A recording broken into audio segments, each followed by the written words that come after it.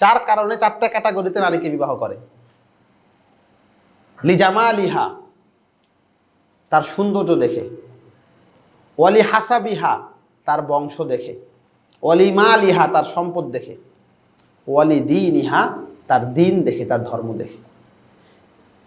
এটা চারটা ক্যাটাগরি: সৌন্দর্য, বংশ পরিচয়, অর্থ বৈভব এবং দিনদারি। এখন আমার করণীয় কি? চারটা ক্যাটাগরি তো আছে সমাজের মধ্যে, ক্যাটাগরি এটা কিয়ামত পর্যন্ত জন্য চলবে। আল্লাহ রসুল বলেন ফাজফার বিদাতিদ্দিন তারিবাত ইয়াদাক, যে যুবককে আল্লাহ রসুল করে বলতেছেন, আল্লাহ তোমার ভালো করুক, তোমার হাতের মধ্যে, আরবিতে একটা প্রবাদ হলো তারিবাত ইয়াদাক, তোমার হাতে মাটি যুক্ত হয়ে যাক। মানে হচ্ছে এটা একটা মানে প্রবাদ বাক্য বা একটা ইসের মতো, ইসের মতো, এটাকে রূপ, হ্যাঁ, বাগধারার মতো। হাতের মধ্যে কি মাটি লেগে যাক, মানে হচ্ছে তুমি একটা ভালো কিছু পেয়ে যাও। ফাজফার বিদাতিদ্দিন, তুমি দিনদার নারীকে গ্রহণ করো। চারটা ক্যাটাগরি সমাজের মধ্যে চলে, তুমি কোনটা নিবা? ফাজফার বিজাতিদ্দিন। এখানে বলা হচ্ছে ইজফার, আরবি শব্দটা খেয়াল করেন, জফারা ইয়াসফারু, এটা একটা আরবি শব্দের অর্থ হচ্ছে বিজয় অর্জন করা। অর্থাৎ সমাজের মধ্যে বিভিন্ন ক্যাটাগরির কি চলছে? যুদ্ধ চলছে। এই যুদ্ধের মধ্যে তুমি কি করো? দিনদার নারীকে জয় করে নাও। ফাজফার বিজাতিদ্দিন। এই জন্য ওই যে যিনি বিজয়ী ব্যক্তি, মুজাফফর বলি না, মুজাফফর শব্দের অর্থ কি? বিজয়ী। তো ফাজফার বিদাতিদ্দিন, তুমি দিনদার স্ত্রীকে গ্রহণ করে বিজয়ী হও। তাহলে প্রথম পর্ব হলো আমার কি করতে হবে? একজন জাতুদ্দিন, দিনদার নারীকে স্ত্রী হিসেবে গ্রহণ করতে হবে। আচ্ছা, এখন নারীর ক্ষেত্রে কি কথা? পুরুষকে বললো নারীকে কি করো, যার দিনদার পুরুষকে, মহিলাকে গ্রহণ করার জন্য। এখন নারীর জন্য কি কথা? সে কি গ্রহণ করবে?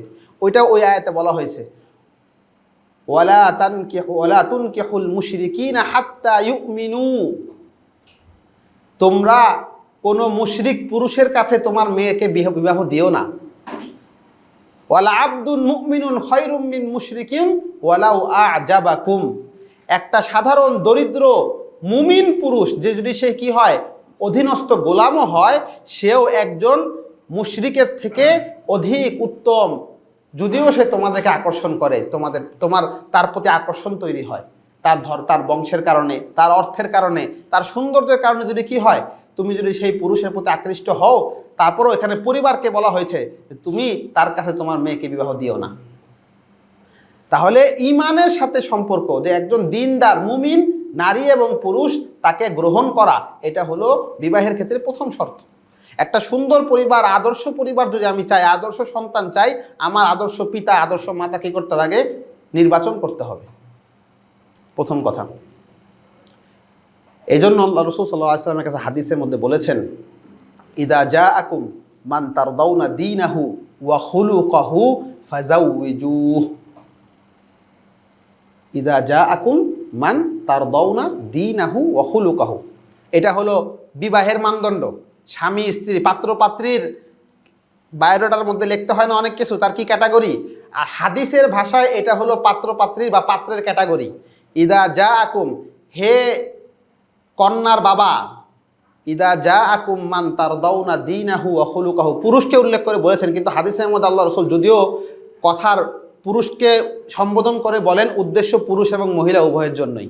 অর্থাৎ হে অভিভাবক, তোমার ছেলে অথবা মেয়েকে বিবাহ দিতে হবে। এখন তোমার কাছে প্রস্তাব এসেছে, জাআকুম, তোমার কাছে এসেছে প্রস্তাব, কে?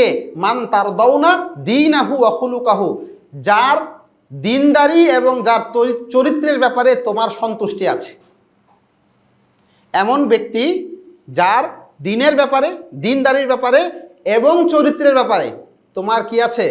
পরিপূর্ণ জানা আছে।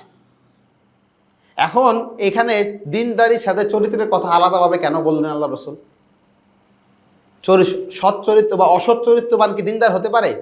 না, কিন্তু তারপর এটা স্পেশালভাবে বলেছেন, কারণ বিবাহের ক্ষেত্রে, সম্পর্কের ক্ষেত্রে শুধু দিনদারি বা বাহ্যিক দিনদারি বলতে আমরা বুঝি যে এটা 5 ওয়াক্ত নামাজ পড়া বা এতটুকু না, তার চরিত্র, সৎ চরিত্রবান হওয়া তার দিনদারির অংশ।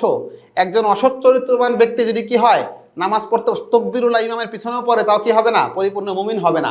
এমন ব্যক্তির কাছে বিয়ে দেওয়া যাবে না।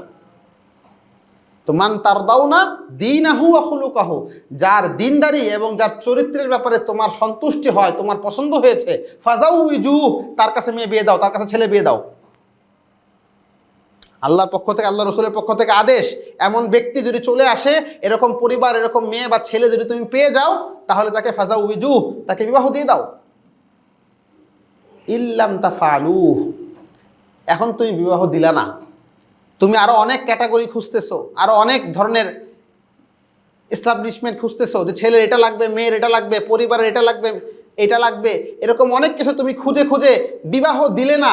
এরকম একটা ছেলে অথবা পাত্র বা পাত্রী পাওয়ার পরেও তুমি যদি বিবাহটা না দাও, তাকুন ফিতনাতুন ফিল আরদি ওয়া ফাসাদুন কাবীর, তোমার পৃথিবীর মধ্যে অনেক ধরনের ফাসাদ এবং ফিতনা তৈরি হয়ে যাবে তোমার এই কাজ না করার কারণে। এখন আমি একজন অভিভাবক হিসাবে আমার ছেলে বা মেয়েকে, একটা দিনদার ছেলে পেলাম বা মেয়ে পেলাম, বিবাহ দিলাম না, তাহলে পুরো পৃথিবীর মধ্যে ফিতনা কিভাবে ছড়াইলো?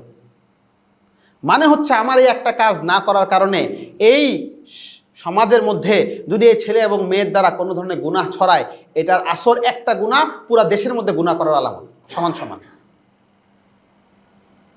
তো এইরকম ভাবে আল্লাহ রসুল কি করেছেন, আদর্শিক পরিচর্যা বলতে আমরা যাচ্ছে শব্দ, আমাদের আদর্শের পরিচর্যা করেছেন, যে এইভাবে স্বামী স্ত্রীকে কি করতে হবে, নির্বাচন করতে হবে, পাত্র পাত্রীকে এভাবে তৈরি করতে হবে, এবং যথাযোগ্য সময়ে বিবাহের উপযুক্ত পাত্র পাত্রী এরকম পেয়ে গেলে বিবাহ দিয়ে দিতে হবে।